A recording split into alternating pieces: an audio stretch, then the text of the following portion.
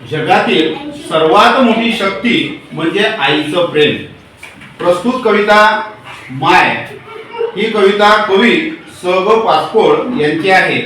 या प्रस्तुत कवितेमधून कवी स ग पासपोळ यांनी एका अशिक्षित आईची मुलाच्या शिक्षणासाठी रात्रंदिवस कष्ट करण्याची तयारी आणि आईविषयी मुलाला वाटणारी कृतज्ञतेची भावना यांचे चित्रण कवीने समर्पक शब्दात या कवितेतून व्यक्त केले आहे.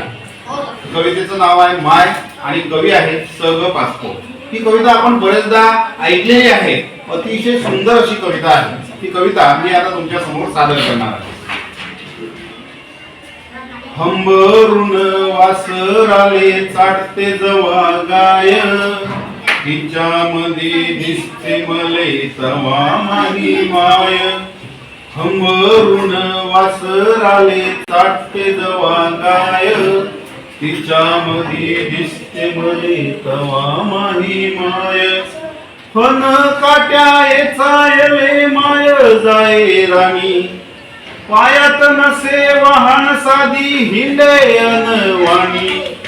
हिचू काट्याले बी तिचा मोजत नव्हता पाय, तिच्यामध्ये दिसते मले तवा माही माय.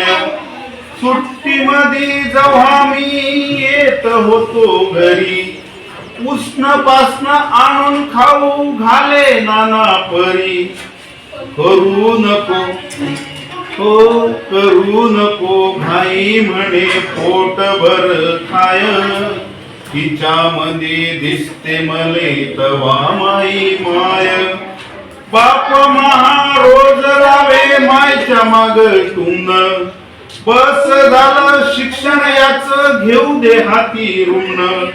शिकून शान कुठ मोठा साहेब होणार हाय, तिच्यामध्ये दिसते मले तवा माई माय. माय म्हणे तुम्हाले माया गयाची हाय आण, भलत सलत सांगून त्याचे भरू नका गाण. भरून येते डोळ्यात तिच्या तापी पूर्ण माय, तिच्यामध्ये दिसते मले तवा माई माय.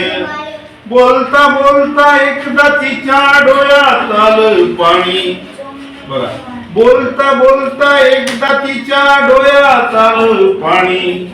म्हणे कवा दिसन सांग राजा तुही राणी, या डोळ्यानं पाहिन रे मी दुधावर किसाय, तिच्यामध्ये दिसते मले तवा माई माय.